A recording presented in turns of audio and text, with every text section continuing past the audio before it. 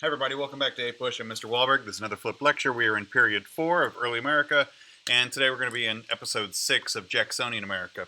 I'm working on another file right now in the background of this computer, and so I don't know if you can hear it on the recording or not, but man, the fan really kicked into high gear. I'm not sure what's happening, but we got the jet engine. You should be able to summarize the major themes of the 1828 election. Hey, if your guided note says 1928, go ahead and change that. You're not in the future yet. And 14, you should be able to describe the ways which Andrew Jackson embodied the contradictions of democratic nationalism, explain how the bank war influenced the economy and party competition. Let's begin in Roman numeral number 13. Quote, John Quincy Adams' political rivals emphasized individual liberty rather than the powerful liberty of a strong country. They emphasized state rights and limited government. Martin Van Buren handled Andrew Jackson's campaign when he ran for office. He viewed political party competition as basically a necessary thing. He said that it was necessary and positive to influence and achieve national unity and hoped to reconstruct the old Jeffersonian political alliance. As the power of the notables declined, and we saw that with John Quincy Adams, that he was basically one of the last of that breed of elite kind of patrician politicians. But as the power of the notables declined, the political parties emerged as the organizing force of American politics. Parties were political machines that gathered the diverse agenda of social and economic groups into a coherent legislative program. It's worth noting now, and if you continue to go on and study American politics, that parties have an ideology, but it's not about philosophy. Parties are basically an organized method of winning. And their politics and their philosophy and their ideologies will change over time because they're really about trying to get together a group of people that are diverse and could develop a coherent legislative program for the purpose of winning elections. Now, the beneficiary of elitist education and financial support, Martin Van Buren advocated a political system that was based on merit, not privilege. And in this case, he basically has all of the privileges of history and legacy, but he insists that the American government should be based on merit, not some of that heritage. And between 1817 and 1821, Martin Van Buren created the first statewide political machine. He later organized the first nationwide political party, which became known as the Jacksonian Democrats. Now, the key to Martin Van Buren's political success was his systematic use of party newspapers. It promoted a platform to drum up the vote and his use of patronage. So once getting into office, he was very good at using patronage to reward work. Martin Van Buren, he's initially doesn't start out as a politician himself. He starts out as a political organizer, but uses that position along the way to use patronage. That if a person gets elected into office, they get to go name a whole bunch of people to go government offices. And he and his party made 6,000 political appointments in the state of New York. For his political skill and the ability to galvanize voters and make them all work together, he was often referred to as the Little Magician, a little nickname that would hang on him for many, many years to come. Martin Van Buren insisted on party discipline. He required state legislators to follow the dictates of a caucus or meeting of party leaders. He was very good at organizing the first real great modern political party, the Jacksonian Democrats, subpoint B. In 1828, Martin Van Buren established a political apparatus, the Democratic Party, at both the state and the local levels. Andrew Jackson ran against John Quincy Adams in 1828's scurrilous campaign. It was, go look this thing up and some of the political insults they would have for each other. This was not pleasant politics. If you think politics was tough then, or tough now, man, you should have seen it in 1828. Anyway, he had established the political apparatus of the Democratic Party at the state and local levels. John Quincy Adams ran against Andrew Jackson in a really tough campaign, and Andrew Jackson ridiculed Adams's intellectualism, basically called him an egghead nerd who wouldn't relate to the common people at all. John Adams answered back by calling Andrew Jackson a murderer and questioning Jackson's wife's morality. Now, the murderer, probably a fair charge. People that served under Jackson would note that deserters had a tendency to get themselves shot in the back on their way for leaving the army, which, hey, if you're an army commander, then you have to have discipline and you can't have people deserting. There was also some question as to whether or not Jackson just shot people he didn't like and blamed it on desertion also. So basically called him a murderer. There's maybe some historical evidence to do that. The next part of questioning Jackson's wife, morality, that's tough. That's not a good situation. Jacksonians organized a massive publicity campaign advocating Jeffersonian political ideas, and they celebrated Jackson's history as well as a self-made man. They initially called themselves the Democratic Republicans, but eventually just became Democrats. Their name suggested that the middling majority, the democracy, would rule in the country. That it was not a thing of the elites or of the republic. This is a thing of the democracy or the Democrats. So Jackson's appeal as a candidate was his message of equal rights, at least among white men, and a popular role. His hostility to business corporations and to Henry Clay's American system, his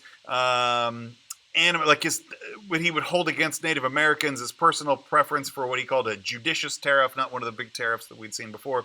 And all of those things made up Jackson's appeal. He was very much a populist, man-of-the-people approach. A far higher percentage of the eligible electorate voted in 1828 than before, and Jackson received 178 of the 261 electoral votes and became the first president from a western state. So when Andrew Jackson was elected, he was like a sea change in terms of electoral geography. However, the massive outpouring of popular support for Jackson also frightened people of wealth and influence, saying, "Oh my goodness, it looks like now that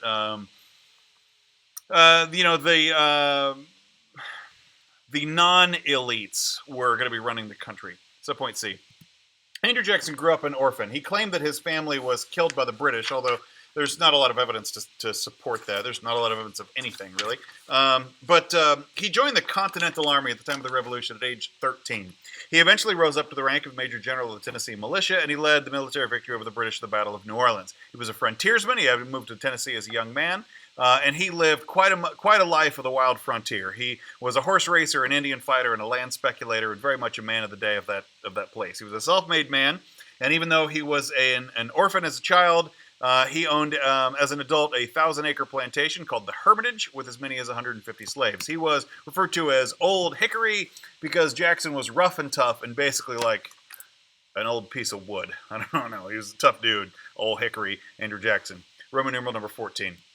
Party discipline was rewarded at the time with what we used as the spoils system, where the person who won election got a right to appoint people to their positions. As in the phrase, "to the victor goes the spoils." Now, using the spoils system, Jackson created a loyal and disciplined national party, and he dispensed government jobs to aid his friends and win support for his legislative program. National conventions chose candidates, and winning candidates could directly reward their loyalty from the convention. So if you supported the winner would turn around and support you. To decide policy, Andrew Jackson primarily relied not on his cabinet, which was, the official positions approved with the advice and consent of the Senate, but his kitchen cabinet, an informal group of advisors, mostly newspaper editors or people that kept their ear to the ground. Known as Jackson's kitchen cabinet. It wasn't his cabinet, it was his kitchen cabinet. And Jackson's main priority was to destroy the Henry Clay's approach to the American system. He rejected national support for transportation projects, which he opposed on constitutional grounds, and in 1830 vetoed 4 internal improvement bills. Point B. The opposition to the tariff of 1828, known previously as the Tariff of Abominations, it helped win Jackson's election. A major political crisis saddled him with protecting it, and actually, even though he didn't like it, he ended up protecting it to do so. In 1832, a high tariff congressman ignored Southern warnings that they were endangering the Union, and they basically reenacted the tariff. So to sidetrack the possibility that the government would try to end slavery, this is complicated, there's a lot of moving parts here. Sidetrack the possibility that the government would try to end slavery, South Carolina politicians tried to limit the power of central government and choose the tariff as their target. So basically, in the South, they think the tariff is too big. They think the government is getting too much power, and South Carolinians decide that the way they're going to try to take down the federal government a peg is to go after this tariff of abominations. The South Carolina State Convention adopted what was known as the Ordinance of Nullification, which declared the tariffs of 1828 and 1832 null and void and threatened secession. So basically they're saying, hey, this claim of a tariff is bad for the state of North Carolina, and the United States is basically a collection of states which work for the interest of states. And if this is bad for the states, then the states can nullify it and basically say, I know it's a federal law, but we're not going to go pay attention to it because the government is made out of states, not the other way around. Subpoint C. This was advocated largely by a guy named John C. Calhoun. John C. Calhoun, he was the architect of these constitutional arguments of nullification, in which he maintained that the Constitution had been ratified by state conventions. Therefore, a state convention could declare a congressional law if it affected states unequally as null and void. And they basically said it was the states who agreed to have a country, and the states are the ones that get the overall supremacy in that. Well, Daniel Webster, one of the greatest orators in American history, who one time it was said argued the devil back to hell in a short story called The Devil and Daniel Webster. Daniel Webster argued that people, not the states, created the Constitution, and therefore nullification was illegal, unconstitutional, and treasonous. They said, no, Calhoun, it's not the states that made up the country, it's the people that made up the country. Now, despite the fact that his vice president was the main proponent of the idea, Jackson sided with Webster. Yes, John C. Calhoun was the vice president.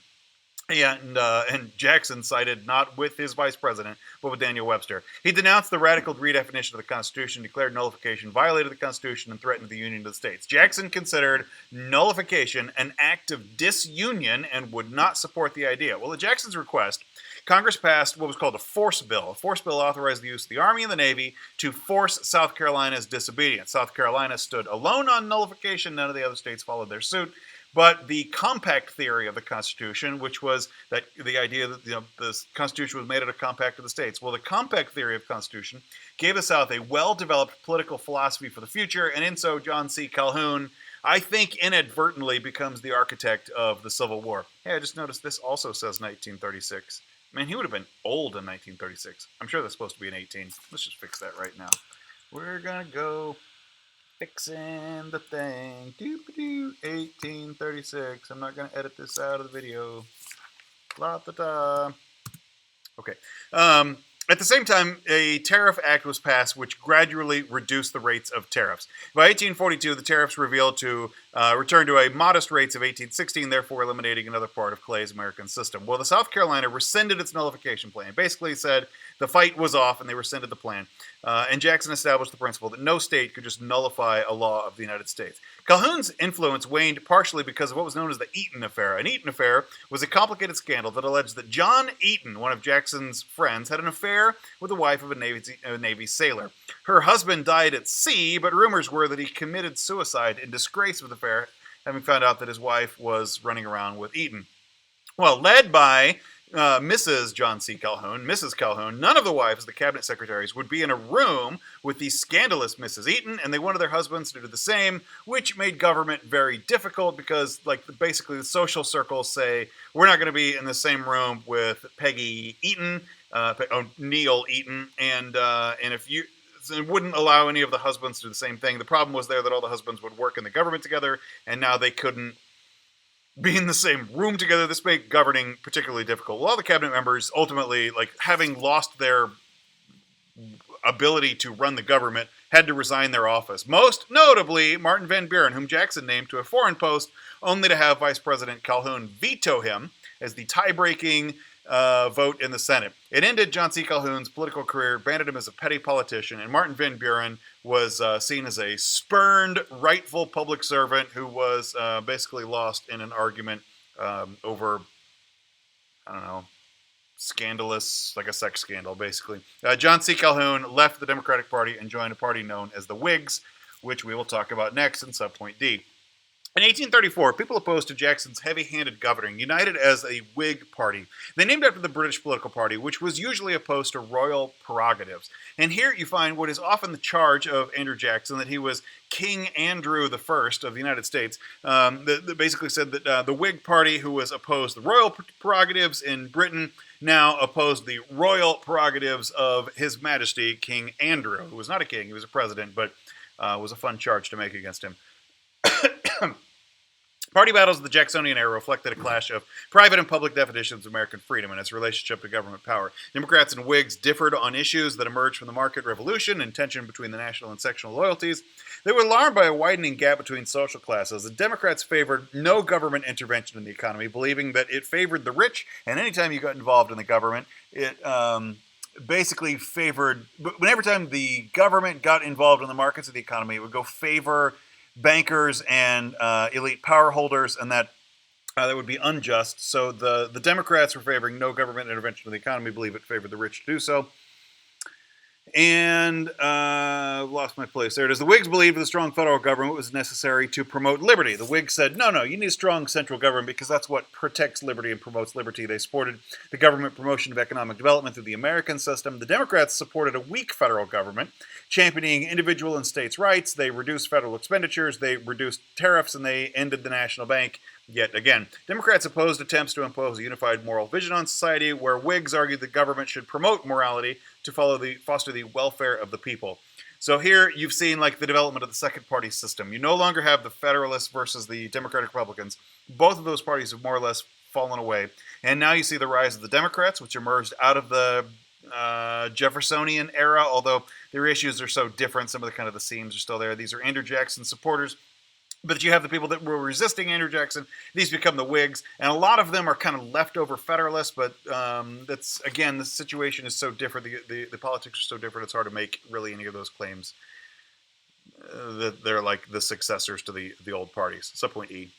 In the late 1920s, white people in both the East and the West called for the resettlement of Indians west of the Mississippi River.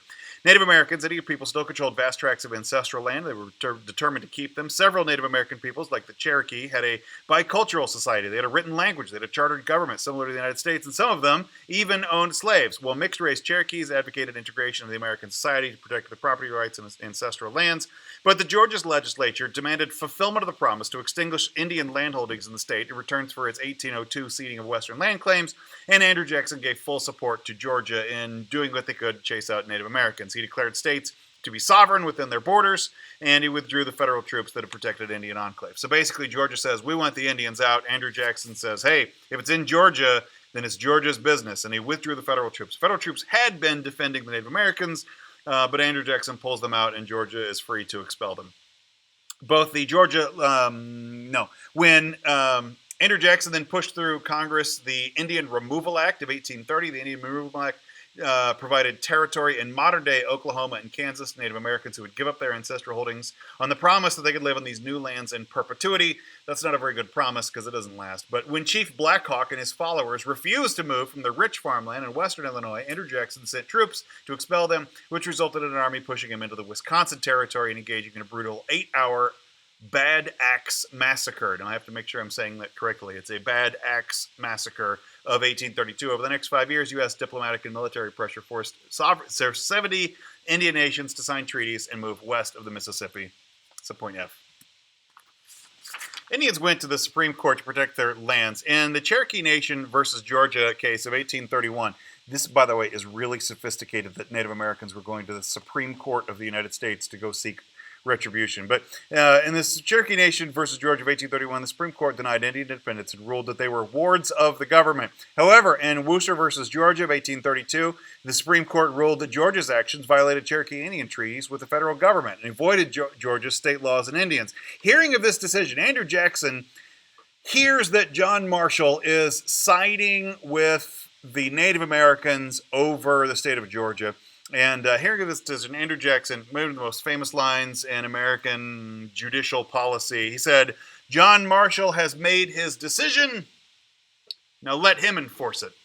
Without an enforcement mechanism, though, the government could not guarantee that the Cherokee territory was ordered by court, and so the government took it from them. When a vast majority of Cherokees had not departed to the new territory by the deadline of May of 1838, then President Martin Van Buren ordered General Winfield Scott to forcibly march them 1,200 miles to the new Indian Territory, a journey remembered as the Trail of Tears. The Seminoles in Florida fought a war against removal, and 3,000 were forced to move. Only a very small number remained. The U.S. government had forced the removal of most Eastern Indians to the West, and in the East, Native Americans were seen as basically a relic of the past that no longer affected modern society. Roman numeral 15. The Bank of the United States symbolized the hopes and fears inspired by the market revolution, but the central political, and was also the central political struggle of the era. By collecting notes, that's like bills, currency, right? But collecting notes and demanding gold and silver, the Second Bank of the United States, the second boss, kept state banks from issuing too many notes, preventing monetary inflation and higher prices. Most Americans didn't really understand the regulatory role of the bus and feared its ability to force bank closures, leaving them with worthless papers. Because what happens if you have bills issued by a bank, but then the Bank of the United States forces that bank to be closed, and all of a sudden you're holding this paper that's worth nothing, and that's what people really didn't like about it. Well, in 1832, Andrew Jackson's opponents in Congress persuaded the second bank's president, a guy named Nicholas Biddle, to seek an early extension of the bank's charter. So Jackson's opponents in Congress were saying, hey, Biddle, I need you to go get an extension of the bank's charter. It's going to expire. And we hope to lure Jackson into a veto that would split the Democrats right before the 1832 election. Now, Jackson did trusted bankers. He said the bankers circulated money and produced nothing, and so they are non-producers and just get rich on somebody else's work. So Jackson vetoed the bank bill. When he did so, he became a public hero. A lot of people really didn't understand the role of the Bank of the United States and were pretty suspicious of his activity. This was a time that we really were suspicious of banking in general. And so Andrew Jackson won the election of 1932. Nevertheless, he got rid of John C. Calhoun as vice president and instead chose Martin Van Buren for his second vice president in his second term of office. Now, Jackson had Secretary of State Roger Taney, this man who looks like he's melting here on this picture, had Roger Taney withdraw all the government's gold from the Bank of the United States and distribute it into state banks, what he called his pet banks. Basically said, anything that we've got in the Bank of the United States, we are killing it, and let's get all of our money out of it and go put it in our pet banks. What we've known as the Bank War escalated into an all-out political battle. Jackson's opponents in the Senate passed a resolution which censured the president for acting without Congress, although Jackson ultimately won out. When the Second Bank's charter expired in 1836, he prevented its renewal, and Andrew Jackson kills the Second Bank of the United States. He destroyed both the national banking system and the American system of protective tariffs and internal improvements. The result was a major reduction in the overseeing and power of the national government. He'd enhanced the role of the presidency while claiming to represent the people. And Andrew Jackson is a fascinating figure who says, I'm for the little guy, and arguably limits the power of the federal government, which should support the little guy, but he does it in a way which maximizes the power of the presidency way beyond what the scope of the founders initiated or believed in. Martin Van Buren was elected the 8th president in 1836, and partly because the Bank of the United States had lost its ability to regulate currency effectively, prices rose dramatically while real wages declined. It's a little more complicated than that, but not having a bank certainly made everything worse.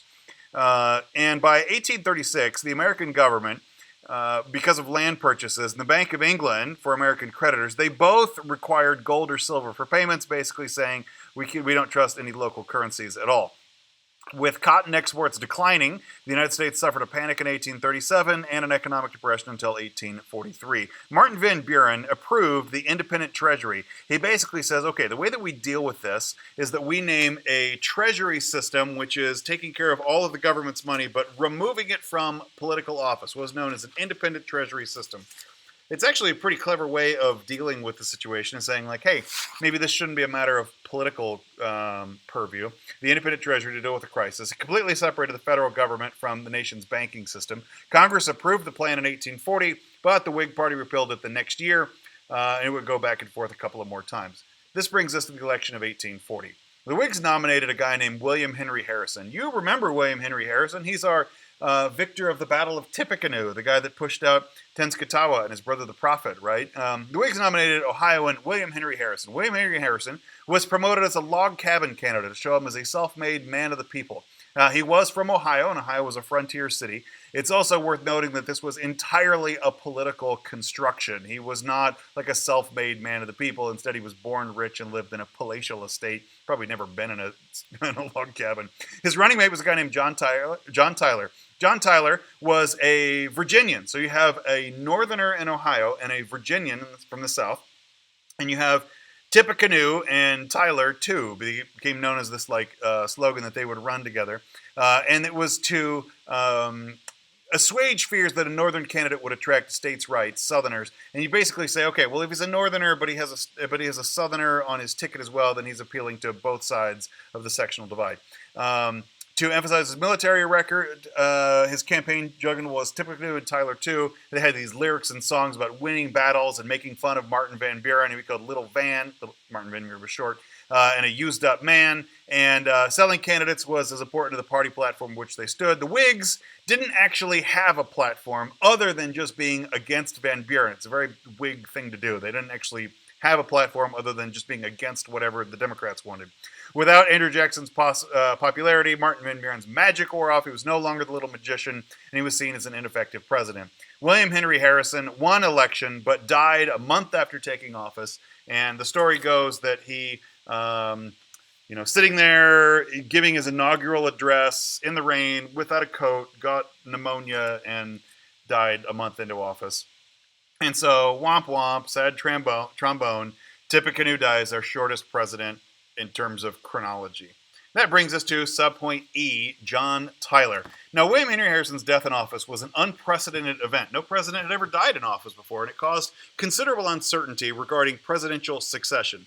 Now, I'm sure that you have all read the United States Constitution, so you're familiar with Article 2, Section 1, Clause 6 of the Constitution, which at the time governed presidential selection. It has been since amended, but at the time it basically said, in the case of removal of the president from office, or of his death, resignation, inability, or discharge of the powers of the duties of said office, the same shall devolve on the vice president. However, it was unclear if this vice president was now the president or if they were just the vice president acting president, and would not actually hold the office and needed to call a special election. That's what William Henry Harrison's cabinet was arguing. Now, this doesn't surprise me at all that the cabinet would disagree with Tyler, because Tyler was a Southerner. He was a states' rights advocate. He wasn't really like a proper Northern Whig, but all of the people in the cabinet would have been closer to the Tippecanoe approach, and so that we wouldn't have wanted John Tyler to be the president to do so. But it's John Tyler firmly and decisively asserted the Constitution gave him the full and unqualified powers of office, and asserted that he had himself sworn in immediately as president, and set a critical precedent for an orderly transfer of power following a president's death. Basically, Tyler says, no, I am the president, and boom, got himself sworn in. And that's pretty important succession when William Henry Harrison, the first one to die in office, makes Tyler then set up the future successors of the president. John Tyler vetoed measures to enact the American system, but ultimately had no political party to support him. His, Southerners didn't necessarily trust him as a guy that was from the North. Northerners didn't necessarily trust him as a guy that was from the South. And John Tyler's political career was pretty much stifled from there. Fun fact, this will not be in your notes and will not appear on your test. John Tyler still has grandchildren alive today. The Tyler men lived a long time and kept their families going until late in life. And there are actually, in 2018, John Tyler has 2 grandchildren alive today. They are old men, but it's like a little bit of piece of the old Jacksonian America hangs on with us today. When you finish the slide, you may save and close your notes. Jesus saves. And so should you. It cut off my last sentence.